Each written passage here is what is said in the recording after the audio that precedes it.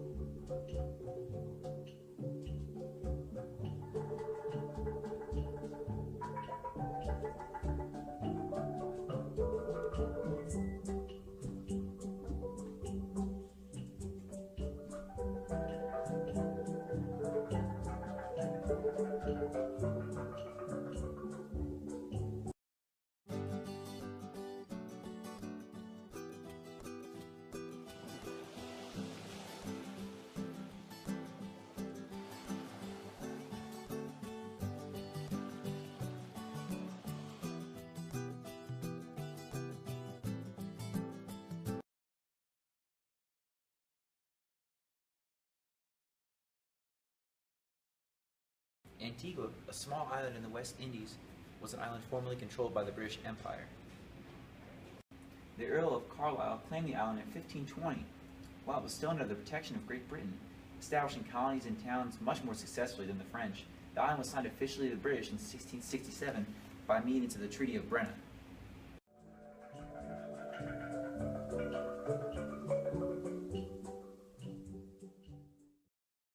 In 1493, Columbus discovered the island of Santa Maria la Antigua, or as we know it today, Antigua. From 1520 to 1667, a period of nearly 150 years, the island was consistently a hub for the happenings and events of the new age of Western imperialism. At the end of the 17th century, slavery was becoming a main source of labor for the island's vast sugar plantations. In 1981, Antigua officially gained its independence from Great Britain. After the country's independence, a social caste system was put in place that still left the white British people on top of the pyramid. Fast forward to the future, Antigua today has a population of over 90,000, 90% of which are Afro-Antiguans.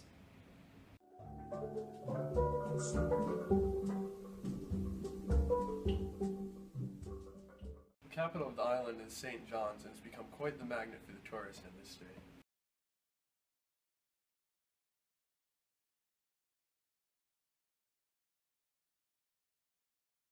While Antigua may seem like the perfect getaway from Norwich, there's a lot more that meets the eye there. One of the most famous people is Jamaica Kincaid, and her best-selling novel, A Small Place, gives us a little bit more insight into what's really going on in Antigua. Wow, sounds like a remarkable country, Neil. Miss Kincaid was born in 1949 in Antigua. She was of native Antiguan descent, so she came from a relatively poor background. Her father was a cab driver and had other various professions, but at age 17 she left the island and changed her name to Jamaica Kincaid. Wait, so you're telling me her name wasn't Jamaica Kincaid? No, actually, her name used to be Elaine Potter Richardson before she moved from Antigua at 17. She went to New York to study photography at the New School of Social Research and currently lives in Vermont. This interview gives the reasoning behind why she changed her name to Jamaica Kincaid. Started to write about my family. Immediately I wanted to write. I knew I would write about them. And I also thought I would fail at it, but the failing wouldn't have made me not do it, didn't make me not do it. If I changed my name, they wouldn't know I was writing about them, and if I failed at it, they wouldn't laugh at me. They wouldn't know it was me, and so they wouldn't laugh at me. It was something as simple as that. Now, after reading the book, Neil and I wanted to analyze Miss Kincaid's strong words of disdain towards the status of the country and the chaos that it was in.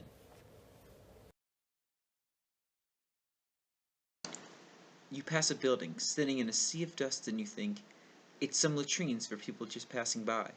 But when you look at it again, you see the building has written on it, Pigott School. You pass the hospital, the Holberton Hospital, and how wrong you are to think about that. For though you are a tourist on your holiday, what if your heart should miss a few beats? What if a blood vessel in your neck should break? What if one of those people, driving those brand new cars filled with the wrong gas, fails to pass safely while going uphill on a curve, and you are in the car going the opposite direction? Will you be comforted to know the hospital is staffed with doctors that no actual Antiguan trusts? That the Antiguans always say about the doctors, "I don't want them near me." That the Antiguans refer to them not as doctors, but as the three men. There are three of them. From this quote, we can see that there is a huge infrastructure problem in Antigua. The fact that no native Antiguan would trust their own local hospital, and that they don't consider the staff to be actual doctors, is beyond belief. This shows the state that the country is in and the problems that it faces. But why is the country in such bad shape? What are the roots of the problem, and is there any hope to improve the country's social and economic status? Actually, it boils down to what you can and cannot see. Just the other day when I was researching Antigua, I got more results for the tourism industry in Antigua rather than the economic conditions or the history of the country. Sandals Antigua Resort and Spa, a part of the prestigious Sandals Signature Collection, where the highest levels of hospitality and service come together in the most magical of settings. And now, the ultimate paradise for two has even more to fall in love with.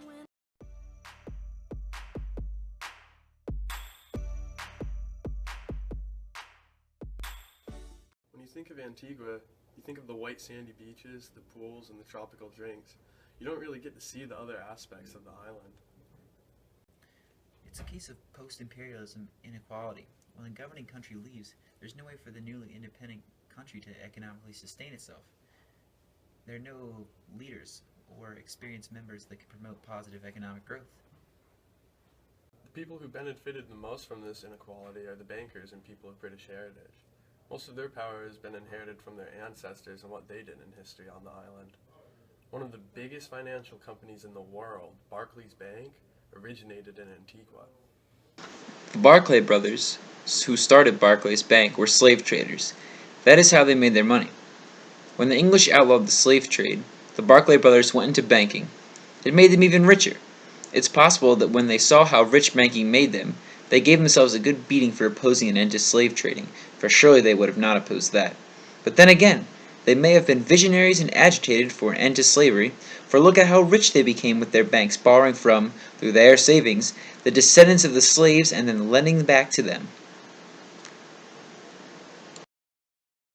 A small place describes the gated mansions, houses overlooking the cities of the corrupt white politicians and business owners that are part of the island's economic system. In the book, Jamaica Kincaid somberly describes an old library with the sign on it that says, "Repairs are pending," since the earthquake in 1974.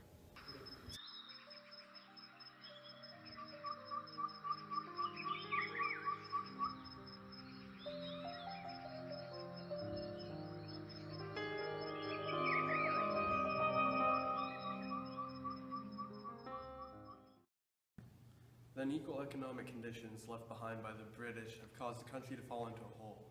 As Miss Kincaid puts it, mostly fat, rich, white tourists go to play and go on vacation, while many live in poverty. Rarely will you see tourists, ever step into the impoverished areas of Antigua. Sometimes it looks like you're stepping through a time portal to a time 30 years ago, where the cars, shops, and people were totally different.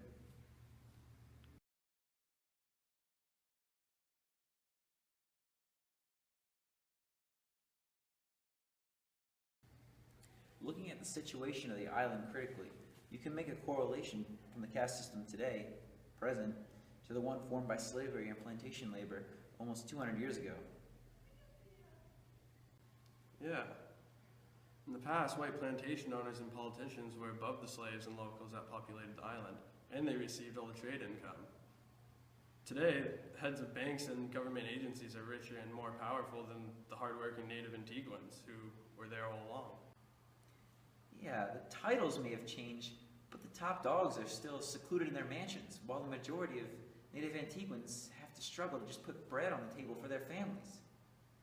Miss Kincaid writes with such conviction about these aspects of her home country. But are they biased? Like, is that all really true? Like, do you have any numbers that can support that? The tourism industry really doesn't show the true Antiguan way of life. The average GDP in Antigua is only $18,400. Compare that to the $52,800 in America. Now, another astonishing fact, Neil, is 60% of this GDP right here comes from the tourism industry, while 40% invested into the country of Antigua is invested into the tourism and resort industry. So you can see how it plays a big part in the country's economic role. Unfortunately, offshore shareholders and corporations make up the unbalanced financial hierarchy, right? This means that there aren't many local owners that have the ability to compete against the big corporations that envelop the island. In terms of institutions like healthcare and education, Antigua is ranked a lot lower than most big countries in the Western Hemisphere. In 2009, 5.4% of America's GDP was spent on the education system, while only 2.4% was spent in Antigua. You can see the big gap in terms of spending and what the priorities are in the country. Wow, those are some astonishing numbers, but where does all the money go? So you figure most of the money put into the country goes to the resort and tourism industry and eventually is distributed down to the workers who are part of that industry. What you don't know is that 50% of the money that goes into Antigua's tourism industry is lost. It's called leakage. When tourists or guests of the resorts ask for higher quality services or want better amenities, the money that goes into the tourism industry is lost there, which means less money for the workers. Also, all aspects of self-sustainability are taken away when the industry sells things like all-inclusive packages. For local businesses, an all-inclusive package means that the tourists will not be buying anything from them, like food or other supplies. This is a diagram explaining leakages. Inbound country expenses represent the amount of money it takes to run a resort. When customers ask for better destination-specific expenses, such as lodging, food services, or other amenities, revenues from the local economy are decreased as money that would normally go to them stay within the resort to improve services.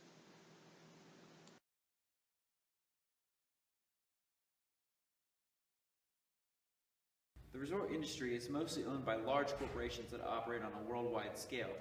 This gives little chance for the local inns and breakfast houses to see their revenues compete with these behemoth corporations.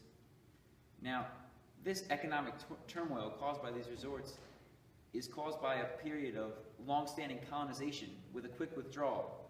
I'm talking about the British Empire. So this leaves no government or financial support for the locals, the ones who are left stranded without anything to do. This gives the opportunity for those big resorts to come in and take over and dominate the economic sector.